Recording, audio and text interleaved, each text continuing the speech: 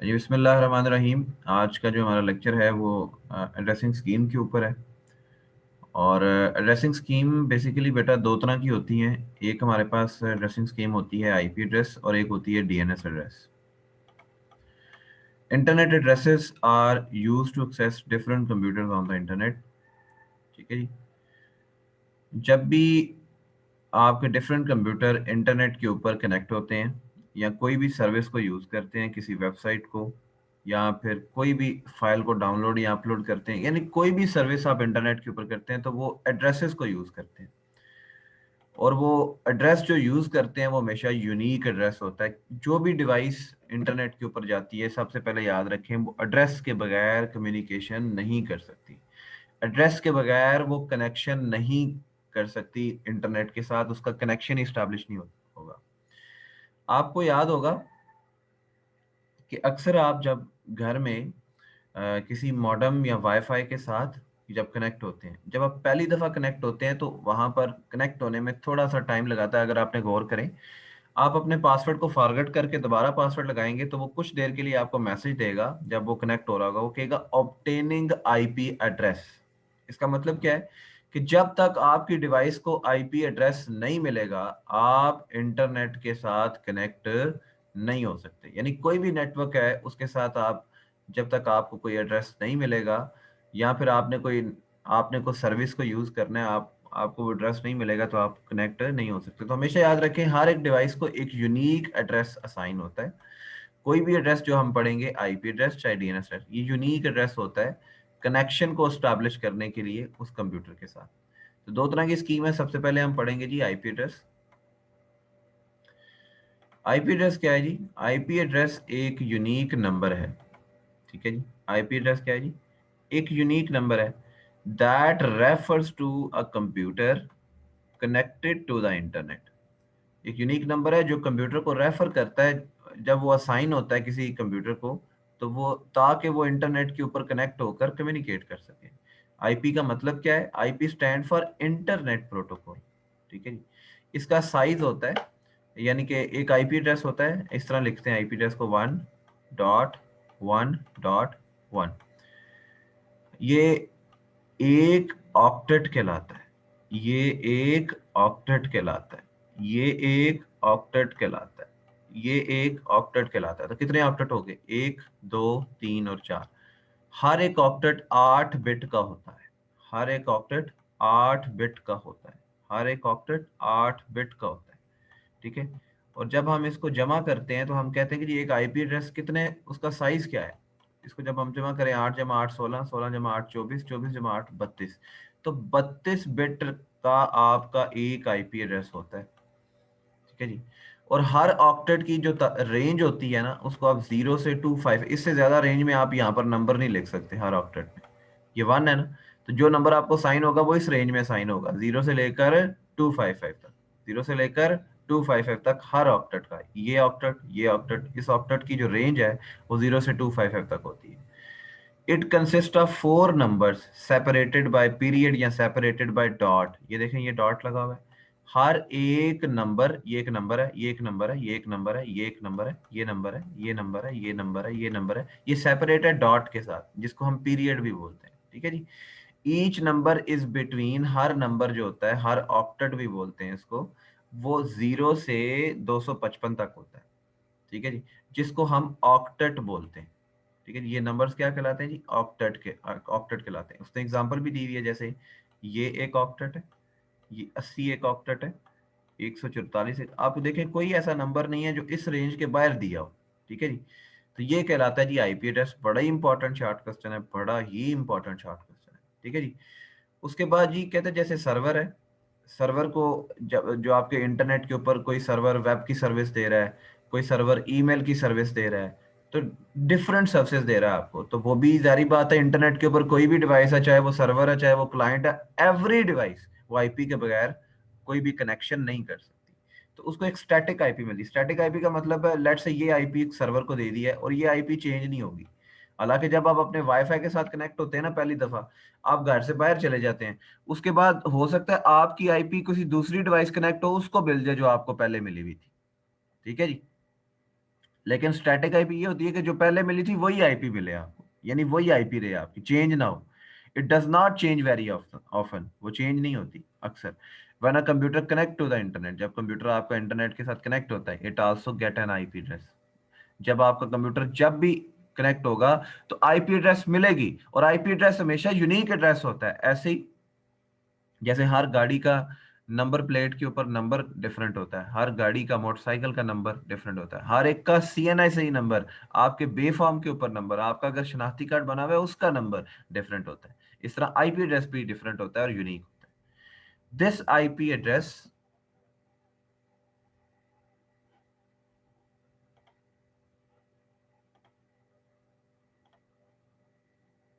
अच्छा जी, तो this IP address कहता है जी, this IP address used only during the session, जब आप कनेक्टिविटी करते हैं। तो कहता है ये आईपी एड्रेस अक्सर का स्टैटिक नहीं भी होता, डायनामिक हो जाता है ऑटोमेटिकली, हर दफा डिफरेंट आईपी भी मिलता है। ठीक है जी, किसी को 1.1.1.1.1.1 मिल गया, किसी को 1.1.1.1.1.2 मिल गया, किसी को 192, तो डिफरेंट आईपी जो है आपको मिलती रहती हैं। ठीक है जी, तो यही था आईपी एड्रेस। उसके बाद आ जाता है जी हमारे पास डीएनएस एड्रेस। अच्छा जी, डीएनएस एड्रेस क्यों बना?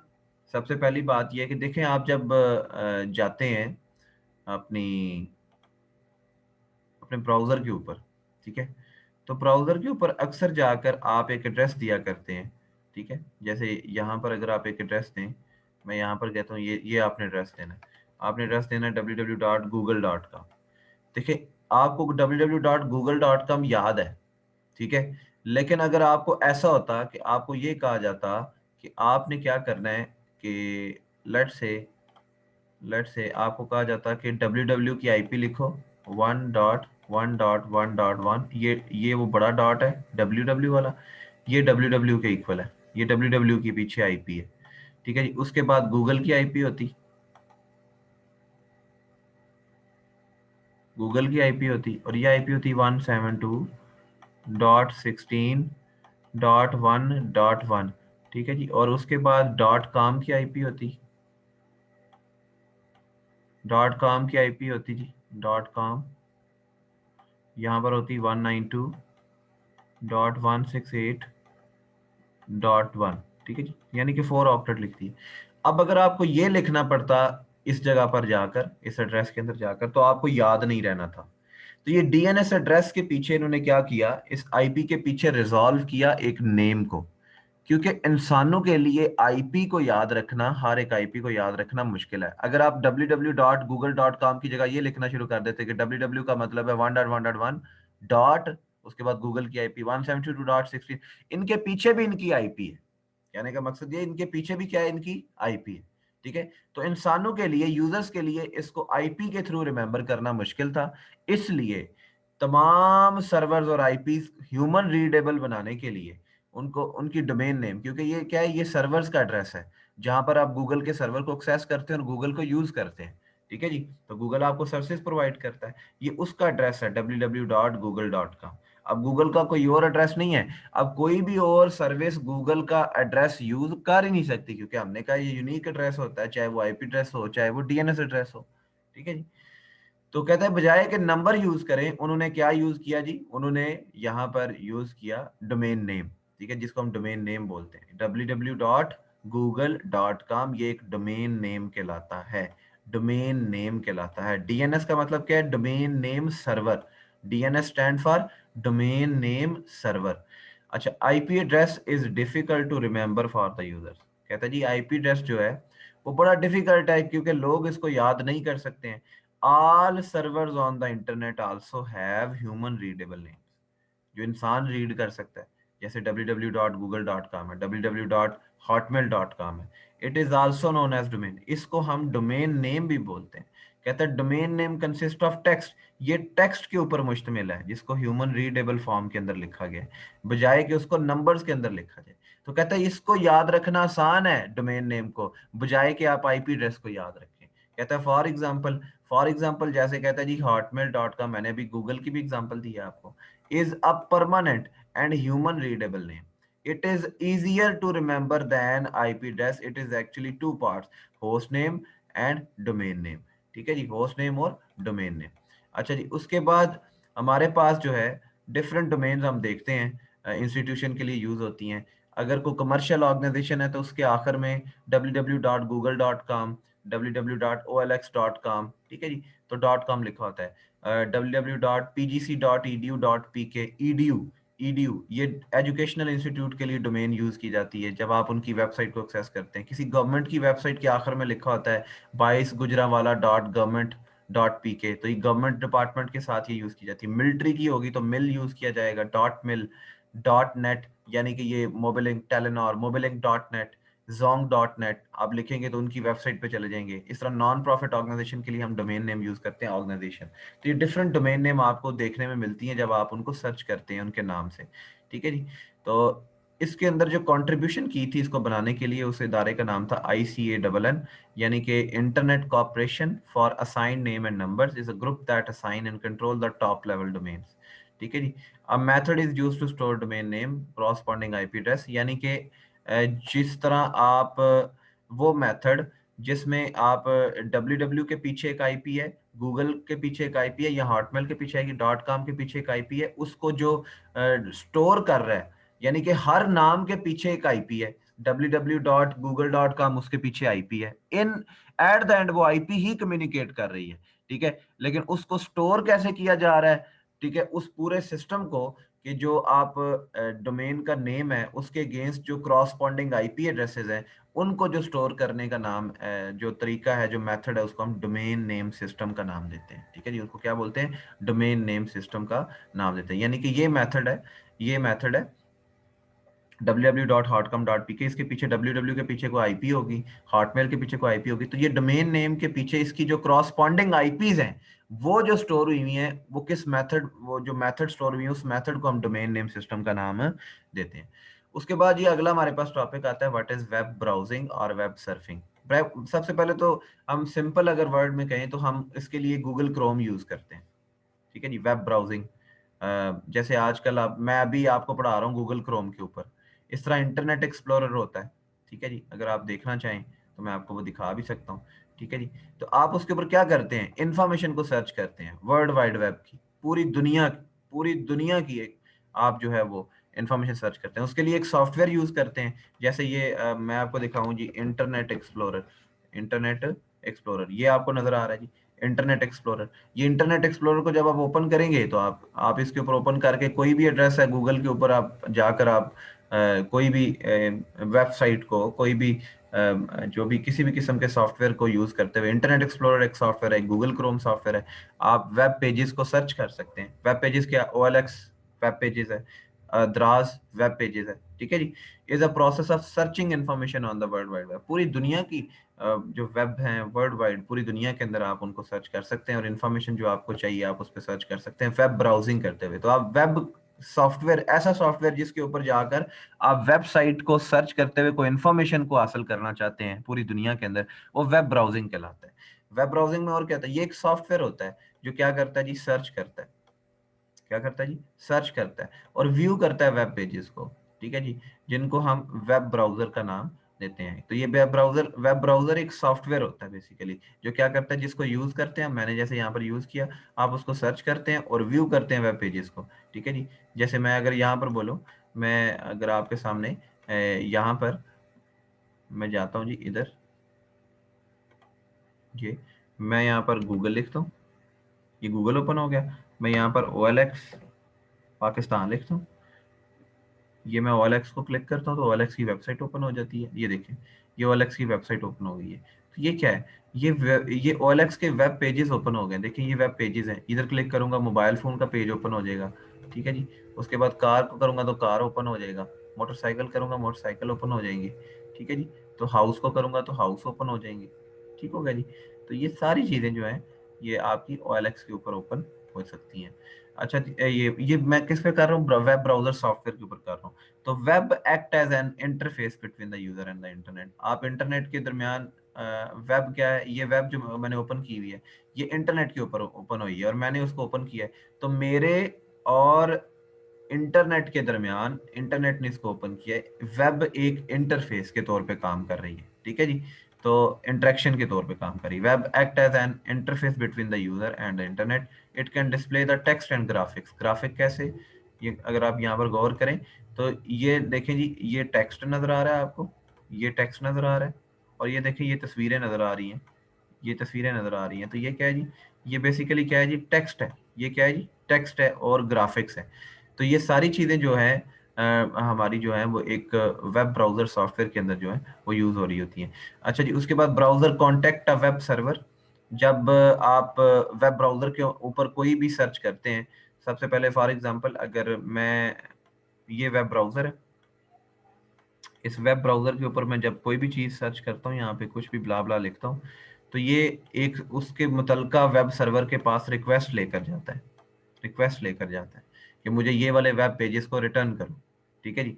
तो जो वेब पेजेस उसके पास होते हैं, तो ये कैसे आप जब ये वेब पेज इसको रिक्वेस्ट करता है किसी सर्वर को, कैसे, OLX के सर्वर को, OLX को कहता है OLX.pk, तो OLX.pk सर्वर के पास जाता है और ये पेजेस वापस इस वेब ब्राउजर को रिटर्न करते हैं। तो फिर वेब पेजेस आपको आपके वेब ब्राउजर के ऊपर शो होते हैं। ठीक है जी, रिटर्न होते हैं।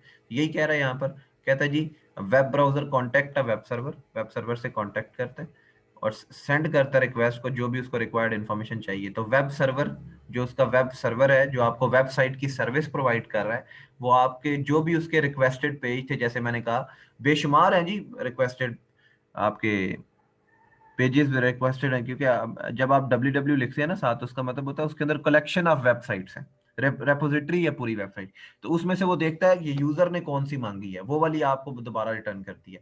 लेकिन आपने उसको वेब ब्राउजर के थ्रू मांगा था ना, तो वेब ब्राउजर की रिक्वेस्ट जाती है उस पर्टिकुलर सर्वर के पास, वो सर्च करता है जिसकी आपने रिक्वेस्ट की थी, और दोबारा आपको वापस सेंड करता है उस वेब ब्राउजर के ऊपर, send it to the web browser. ठीक है जी। ब्राउजर उस इंफॉर्मेशन को रिसीव करता है और उसको आपकी कंप्यूटर स्क्रीन के ऊपर, यूजर के कंप्यूटर के ऊपर डिस्प्ले करवा देता है। तो बेशुमार हमारे पास ऐसे वेब ब्राउजर्स हैं जो ये काम कर रहे हैं। इंटरनेट एक्सप्लोरर मैंने आपको दिखाया, गूगल क्रोम के ऊपर एग्जांपल भी दिखाई है आपको। इस तरह ओपेरा है, सफारी है, ये मैकिन्टॉश यानी कि एप्पल की डिवाइसेस पे चलता है। ये चारों जो है ये आपकी विंडोज के ऊपर चल रहे होते हैं, और भी बहुत सारे प्लेटफॉर्म के ऊपर, लाइनक्स यूनिक्स के ऊपर भी चल रहे होते हैं। अगर आपको याद होगा तो मैंने www आपको पढ़ाया भी था। ठीक है जी। www क्या होता है, stand for world wide web. www stand for world wide web, इसको हम वेब भी बोलते हैं क्योंकि हम हर एड्रेस के साथ पहले क्या लिखते हैं, www.google.com। ठीक है, www.google.com। ठीक है जी। तो ये collection of web pages Google के हमें रिटर्न करते हैं। ये लॉन्च हुआ था 1989 के अंदर, यूरोपियन पार्टिकल फिजिकल अथॉरिटी ने जिनेवा के अंदर, ये लोकेशन है जहाँ पर इसको लॉन्च किया था। इसमें ये आपको फैसिलिटी प्रोवाइड करता है कि आप पब्लिश कर सके अपनी information on the internet, website की सूरत में। वेबसाइट की सूरत में आप अपनी अगर इंफॉर्मेशन को कोई भी पब्लिश, वेबसाइट बनाते हैं और उसको पब्लिश करना है, तो उसको पब्लिश करेंगे आप www के ऊपर। ठीक है, www के ऊपर आप उसको पब्लिश करेंगे। तो कहता है it is a collection of documents और web pages stored on the computer. तो कहता है ये कलेक्शन ऑफ डॉक्यूमेंट्स या वेब पेजेस जो है उनको स्टोर करता है परमानेंटली, ताकि पूरी दुनिया में लोग उसको एक्सेस कर सकें। यही वजह है कि आप वेबसाइट बनाकर इंटरनेट के ऊपर लॉन्च करते हैं www के ऊपर, तो आप उसको एड्रेस दे देते हैं लोगों को जी, www.pgc.com, www.g, जो भी हमारे ICS के सेक्शन हैं वो अपने अपने नाम से रख सकते हैं। ठीक है जी। तो डिफरेंट सेक्शन है हमारे, G38 है, 39 है, 40 है, 37 है। ठीक है, तो ये अपने अपने नाम से डोमेन का नाम रख सकते हैं। वेबसाइट एक डॉक्यूमेंट है जो लिखी जाती है एक लैंग्वेज में जिसको हम बोलते हैं हाइपर टेक्स्ट मार्कअप लैंग्वेज। ठीक है जी। तो वेब पेजेस जो हैं ये कनेक्ट होते हैं एक दूसरे के साथ। एक एक पेज से दूसरे पेज पर जाने के लिए आप जब क्लिक करते हैं तो उसको हम हाइपर लिंक का नाम देते हैं। ठीक है जी। और ये एक हाइपर टेक्स्ट ट्रांसफर प्रोटोकॉल को यूज करती है किसी वेब पेज पे जाने के लिए। ठीक है जी। वेब पेज पे जाने के लिए ये खुद नहीं जाती है, इसको यानी कि आपने यहाँ से रिक्वेस्ट की है सर्वर पे जाने के लिए वेब ब्राउजर से, जब आप सर्वर पे गए हैं तो आपको कौन लेकर गया है, HTTP लेकर गया है। ये मैंने आपको पहले भी बताया हुआ, ये खुद नहीं गया, ये HTTP इसको लेके गया, जो कि एक प्रोटोकॉल है, एक हाइपर टेक्स्ट ट्रांसफर प्रोटोकॉल है, जो लिंक करता है वेबसाइट पेजेस को कि आप किसी भी वेबसाइट पेज को www से सर्वर से एक्सेस कर सकें। ठीक है जी। ओके। तो वेब पेजेस जो हैं ये हाइपर टेक्स्ट डॉक्यूमेंट भी कहलाते हैं। ठीक है जी, क्योंकि ये हाइपर टेक्स्ट लैंग्वेज के अंदर बनते हैं तो इसलिए हाइपरटेक्स्ट जो है वो डॉक्यूमेंट कहलाते हैं। इनके अंदर सिंपल टेक्स्ट हो सकता है, मैंने अभी बताया आपको OLX की वेबसाइट पे, इमेजेस हो सकते हैं, और हाइपरलिंक्स। हाइपरलिंक्स क्या होते हैं? हाइपरलिंक से मुराद ये है कि आप किसी वेबसाइट पे जाते हैं और ये देखें, ये मैंने क्लिक किया है तो ये एक पेज ओपन हुआ है, तो इस लिंक पे क्लिक किया, ये लिंक मुझे किसी दूसरे पेज पे ले गया है, तो इसका मतलब ये क्या है? ये हाइपर लिंक है। ठीक है जी। मैं इधर क्लिक करता हूँ किसी भी पिक्चर के ऊपर यहाँ पर, तो इसकी बाइक की डिटेल ओपन हो जाती है, तो ये क्या है? ये मैंने हाइपर लिंक किया है।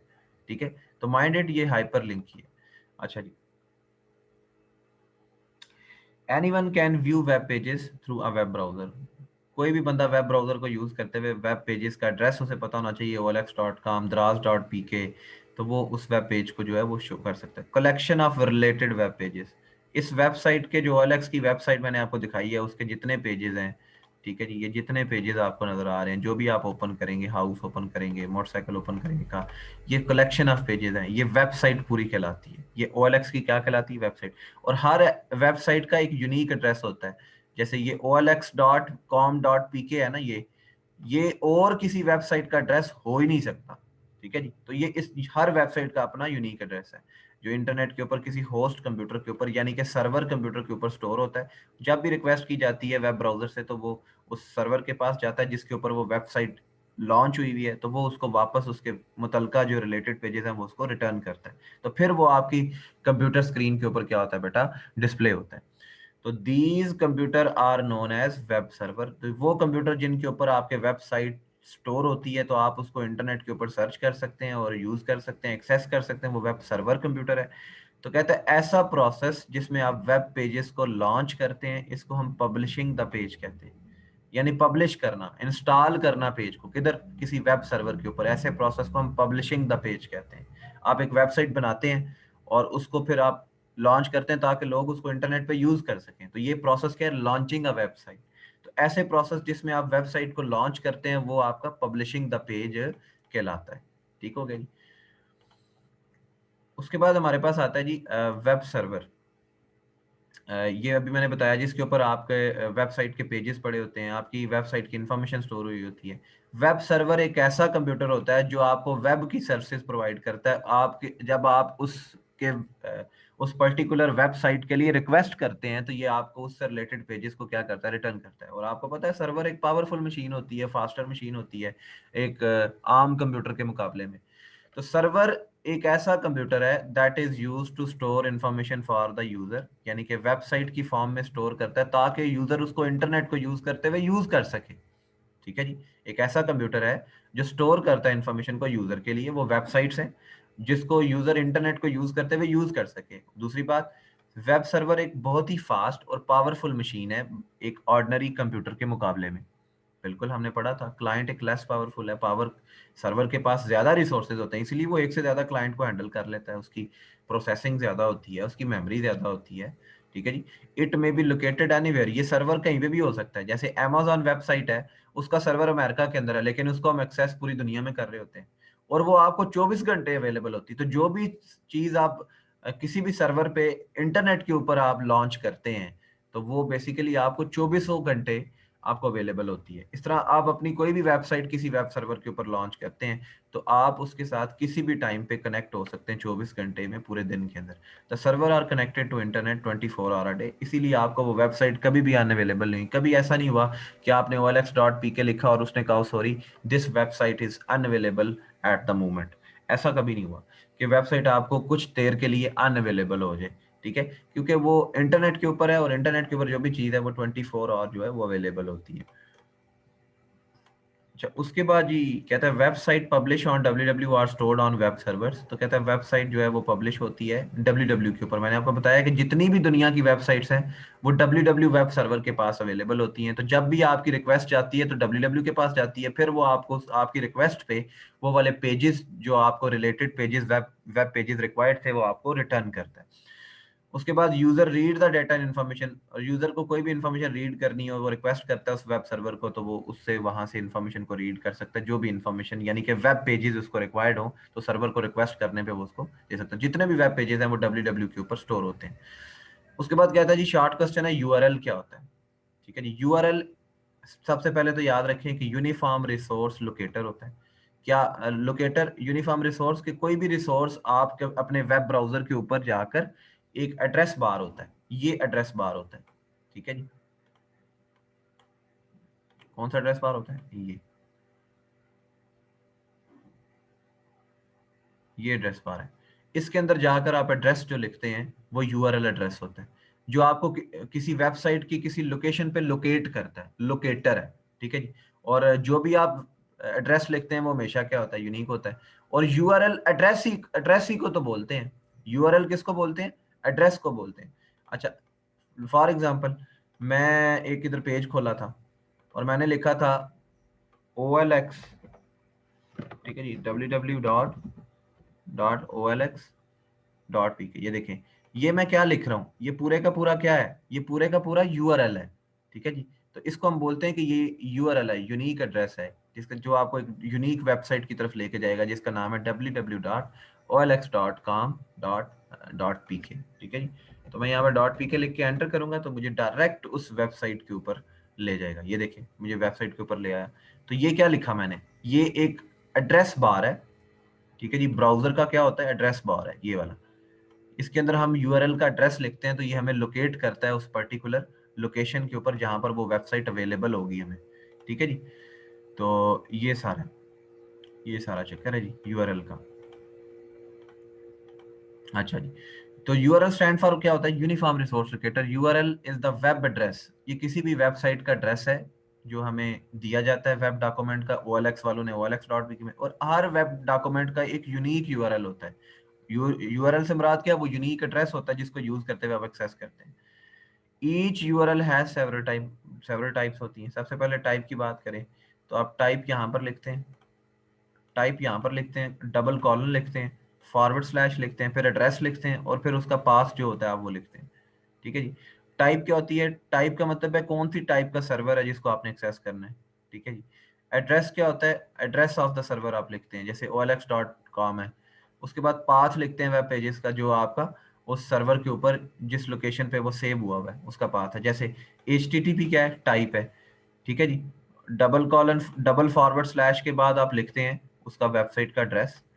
और ये क्या है? ये पाथ है कि उसका सर्विसेज का फोल्डर है, उस फोल्डर के अंदर index.html एक फाइल है, उसको ओपन करो, ठीक है। ये अगेन बोलता हूँ, HT8 ये हमने टाइप डिफाइन किया जो कि इधर पड़ा, ये सिंटेक्स है इसका। इस तरीके से हम लिखते हैं HTTP डबल कॉलन, ठीक है, डबल कॉलन फॉरवर्ड स्लैश, और ये हम एड्रेस लिखते हैं। एड्रेस के बाद फिर ये हमने क्या लिखा? तीसरा पार्ट पाथ, कि जाओ ये वाला एड्रेस पे जाओ और उस एड्रेस पे उस सर्वर के ऊपर सर्विसेज का एक फोल्डर है, उसके अंदर ये फाइल को ओपन करके मुझे ब्राउजर के ऊपर शो करवाओ। कौन लेकर गया इसके पास? HTTP लेकर गया। किस एड्रेस पे लेके गया? www.google.com, ठीक है। और कौन से पाथ पे लेके गया? सर्विसेज, उसका एक फोल्डर है जिसके अंदर उसकी फाइल index.php है। तो ये फॉरवर्ड स्लैश का मतलब क्या है? कि इस फोल्डर के अंदर है, ठीक है जी। आप फॉरवर्ड स्लैश इसलिए बताते हैं कि ताकि आप पाथ को डिफाइन कर सकें, ठीक है जी। ओके, तो ये सारी इसकी डिस्क्रिप्शन जो है वो नीचे लिखी हुई है।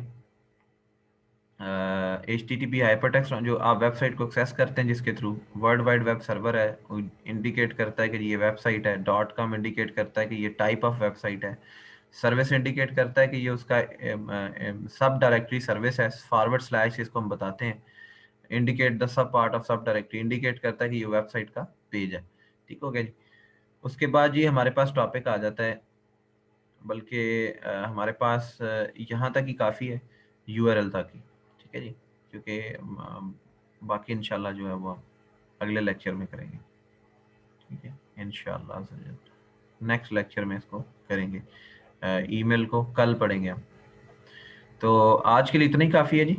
अगर आपका कोई इसमें कोई भी एनी टाइप ऑफ क्वेश्चन है तो you may ask. Thank you very much. तो क्वेश्चन है तो बेटा आप पूछ लें।